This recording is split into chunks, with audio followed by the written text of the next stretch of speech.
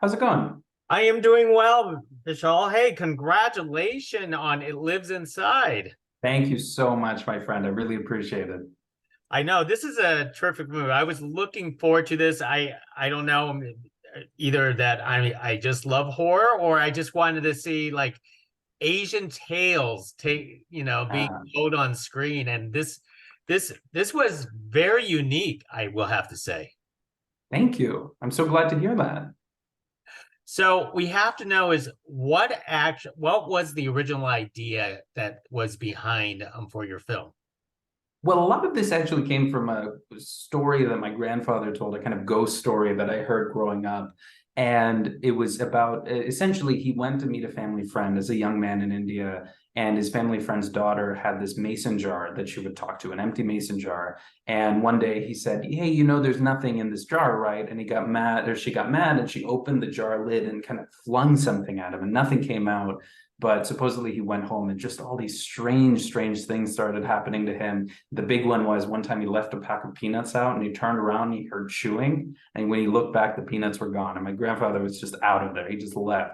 And so this was this very fun kind of ghost story that I heard growing up. And as it came time that I felt like there was an opportunity to make my first film, it felt like there was something really kind of resonant and universal there because it had passed down for so long, for so many years. And I was thinking about, okay, there's a very interesting kind of element of the immigrant experience that you feel like you're in this binary sort of situation. You feel bifurcated on one side, the Indian side for me, on the other, the American side. And that conflict felt so interesting to explore within the context of a horror film. So it was really those two pieces of inspiration kind of came together to become this movie. I know, that was a before I talk about the demon or the creature and all this kind of stuff, but you explored the cultural clash between the generations from overseas to over here. Is that your experience as an Indian American yourself? I tried to draw from kind of a wide variety of experiences. I certainly did not have the fights with my own parents that Sam has with her parents, but I think it's a tension that exists in a lot of relationships, and I think it's a very natural tension, in the sense that there's just such a difference sometimes in the point of view. But what was so exciting to me about this movie and the structure of this movie is that it felt like if Sam was kind of on one side and if her mom was on the other, that I didn't want to say either of them was right or wrong. And what felt like the best sort of progression of that is that if it's Sam's thesis and Purna's antithesis, that they would synthesize in the middle a truth that felt right. And so that always was kind of the structure of the movie. And I'm so glad that it comes through at the end of the film. Now, how did you want to portray it culturally? Because you want to basically present that and showcase that into this film. So there were a lot of kind of decisions made that were, I think, about visually conveying and emotionally conveying. I think it was important to me not to ever be intellectual about or didactic about the culture, but just to immerse the audience in it. And I drew from a lot of real memories. One of my favorite sequences in the film is the puja party, the big sort of celebration, because I was there for those parties. My parents would host these very big, wonderful parties, and it was the down to the costuming and the food and the decoration. So I think for me, the project of depicting culture in this movie was about those kind of visual and sound cues, and to be able to drop the audience right in the middle of that without ever, qualifying or without ever explaining, and just saying, this is what it was like. So I think that was the kind of approach to it. Let's talk about this demonic spirit. Tell us about because I understand it came out of the Hindu lore itself, Yes. and Yes. and how much you actually have to fictionalize it to fill in the blanks.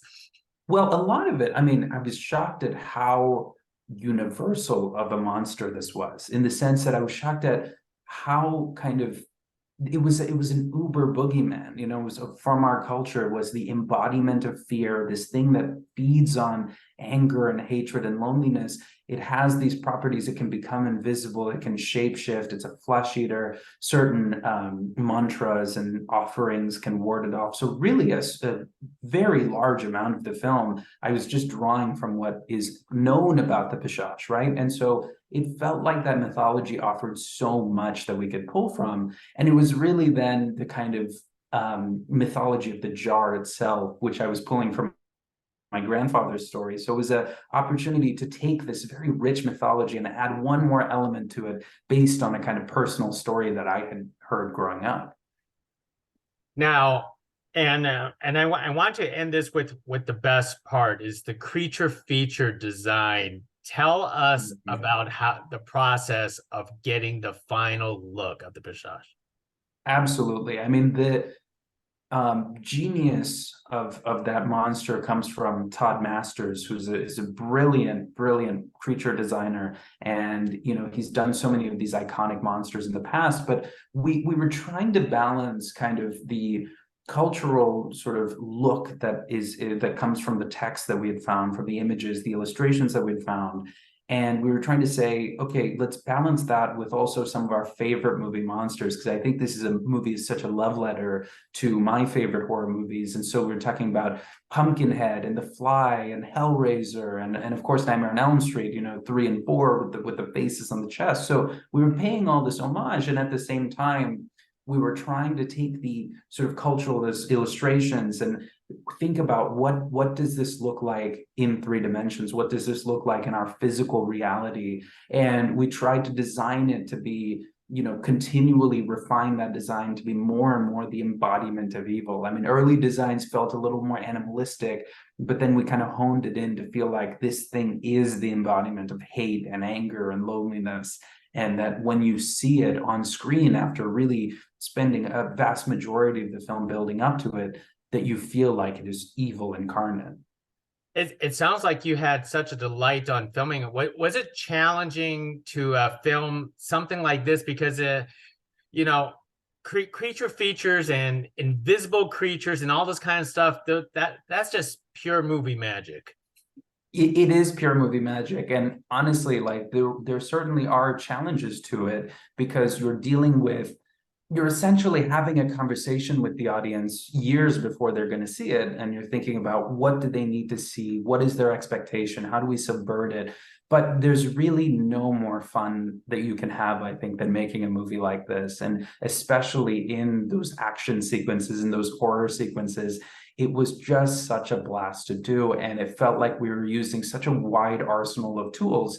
I'm a huge fan of, I come from really kind of indie filmmaking, just hands on the ground, like really putting things in front of a camera, moving the camera around, getting at I love that kind of tradition of filmmaking. And it was such a delight on this movie to be able to take a practical approach. And we had incredible CGI artists on this film that did a lot of great work, but it was always augmenting something that we had filmed in real life. And I think that makes all the difference. And it was just that kind of, hands in the pot kind of filmmaking that I like to continue doing. Most excellent. And before I let you go, I know this is always an ongoing debate, especially in the horror genre industry, practical versus, CGI and so on. Which side are you on? Which side are you leaning more towards, and why?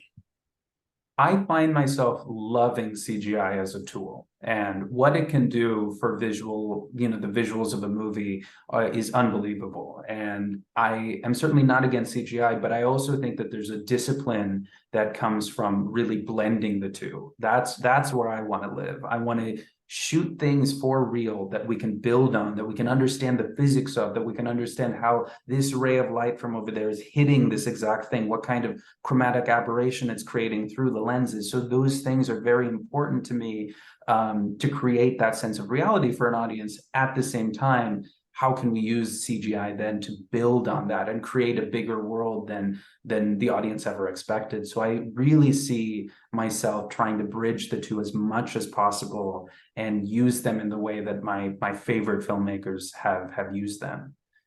Most excellent answer. Well, Vishal, thank you very much for speaking to us about It Lives Inside. It is one freaky movie. I do have to admit, and I don't know how you're going to follow up with another film after this, but I'm pretty sure you will. Thank you so much, Gig. I really enjoyed talking to you. Hey, thank you. Thank you. All Bye. right, man. Take care.